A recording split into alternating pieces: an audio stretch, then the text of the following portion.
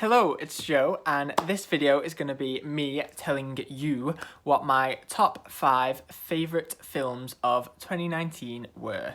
And I shouldn't have to give a disclaimer, but I'm just going to give a little one. This is my list, it's my opinion, I am not a film critic, I am just someone who likes to go and see films and likes to talk about them. So if you disagree with my opinions, that is absolutely fine, and that's basically all the disclaimer you're getting. So let's dive in to my number 5 favourite film of 2019, and that was Last Christmas. Oh, when I try to say it, I sound like a cat with a fur ball. So I've decided to call him Boy. Well, at least your name's easier to pronounce. What? Huang Jingxin? You're not really called Santa? Of course not, idiot. I chose it for the shop. Now, I know this film has gotten some pretty bad reviews, and I went and watched it with my mum, and I just don't get why it's getting so much hate, because I personally really enjoyed it, and I can't see how someone would not enjoy it enough to give it really bad reviews, if that makes sense. First of all, I'm a big fan of Emilia Clarke, who I know from Game of Thrones, among other things, but I was a huge Game of Thrones fan, and I just love her portrayal of Daenerys in Game of Thrones. So seeing her play a character so different from that in this film was a breath of fresh air for me. And also the contrast that her character and Henry Golding's character had was just amazing, and created this really nice dynamic, because they were very different, but the way they interacted with each other was just so wholesome, and I loved it a lot. And I loved watching Emilia's character, I think her name was Kate. I loved watching her develop from the beginning of the film to the end of the film. I think it was really nice. And as I said, I know a lot of people don't like this film, but I personally really enjoyed it. So number 4 is Knives Out. You want to go? You bet, Skippy. Let's go. You want to go? Come on. No, watch out. Stop! Oh, come on. I've been waiting for this my whole life. Stop it! I can handle myself. Stop it! I can handle it. Oh my God. You gotta do this more often. I mean, what can I say? This was a super engaging mystery with an incredible ensemble cast.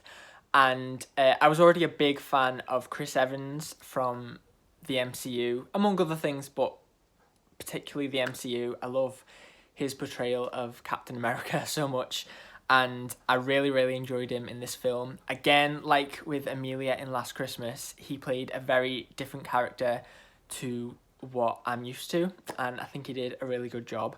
But aside from him, the main actress in this, her name was Ana de Armas. I think that's how you pronounce it. But I just thought she really stood out to me, and I personally had never seen her in anything else before, at least to my knowledge. And I just thought she was incredible in this, and I'm definitely going to watch out for her in the future. But yeah, I enjoyed this film so much. I did not have a clue where it was going to go and where it was going to end up. I was completely engaged the whole time, and it was just very entertaining, and that's essentially what I look for when watching films. So I really loved it a lot. Number 3 is Booksmart. Hey, you okay? Nick, where are you going to school next year? I thought we weren't supposed to talk. Just tell me. Georgetown. Jesus. Hope! No, Where are you going to I school couldn't next be year? less interested in, like, whatever this is. Gigi! Where the fuck are you going to school next year? Don't judge me. It was my 5th choice. Harvard.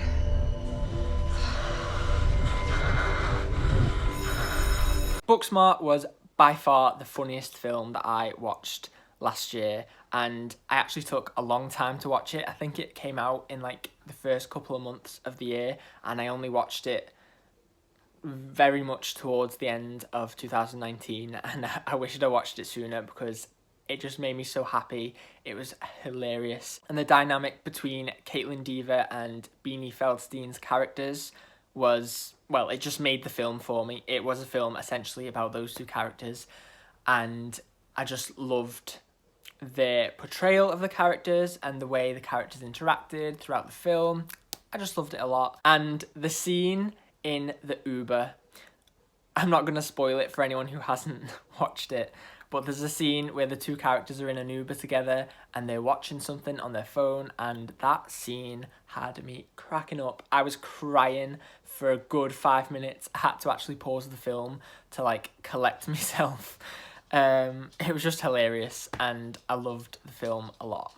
Number 2 is Little Women. I've always known I would marry Rich. Why should I be ashamed of that? There's nothing to be ashamed of, as long as you love him. Well, I believe we have some power over who we love. It isn't something that just happens to a person.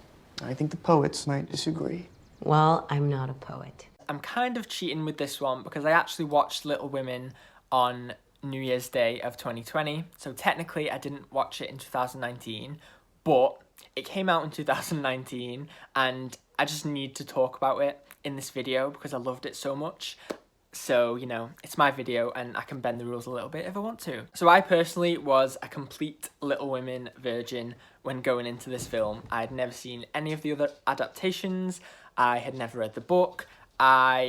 Well, the extent of my knowledge on this film, or on this story, was that one episode of Friends where Joey reads the book and Rachel spoils it for him. That was the extent of my knowledge. So I did know going into it some things, like some big spoilers, but regardless, I enjoyed this film so much.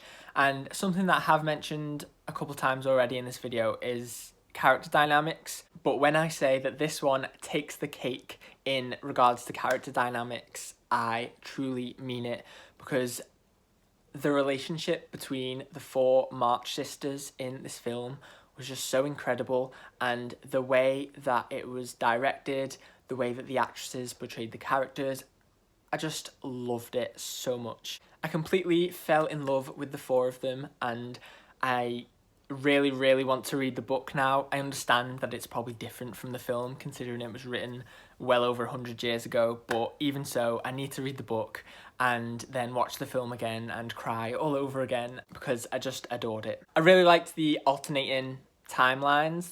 I know some people weren't a big fan of that, but I personally loved it, and the way that the actresses, or actors in general I suppose, were able to portray the younger versions of themselves and the present versions of themselves so differently in such a way that made it obvious which timeline was which was really incredible. And I completely understand why Saoirse Ronan and Florence Pugh, I think you pronounce her second name as, I completely understand why those two are nominated for Oscars for this film, because every single scene that they were in, they completely made it like 10 times better. And I personally think that they should win their Oscars in their respective categories. I really hope they do, but you never know. And to be honest, I could literally sit here and gush about Little Women for hours, but I'm not going to put you through that. So let's move on to my number 1 film of 2019,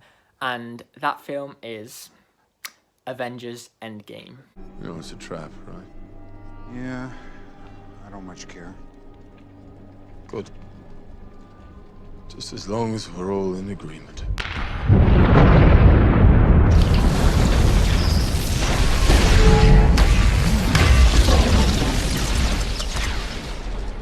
Let's kill him properly this time.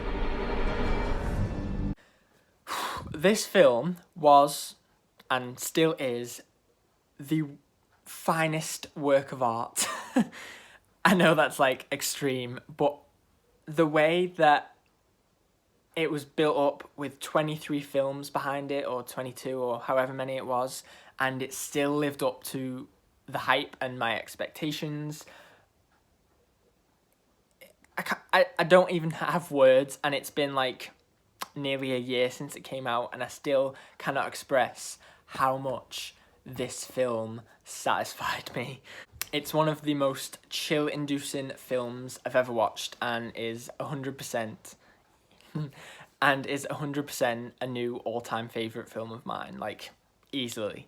I do actually wonder if I'll ever be able to watch the portals scene and not cry, because the first time I watched this film in the cinema, I went alone, and that scene literally broke me.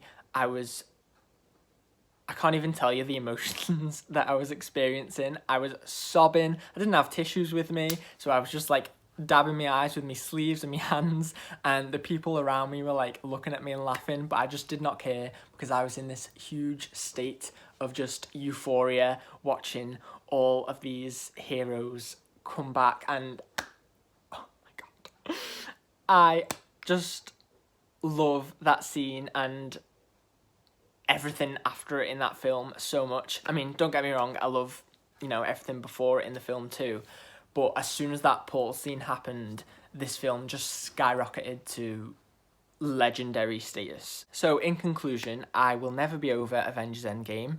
Never. It's just incredible, and if you are yet to experience the MCU and the build-up to Avengers Endgame, please give it a try, because I mean, if you're not into superhero films, then obviously it's not going to be for you. But if you are even mildly interested, please go for it, because it's so worth your time. So that's it. Those are my top 5 favourite films of 2019. I am just so excited for all the films that are going to come out in 2020 that I'm going to love. And yeah. I hope you enjoyed this video. If you did, make sure to give it a like or a thumbs up.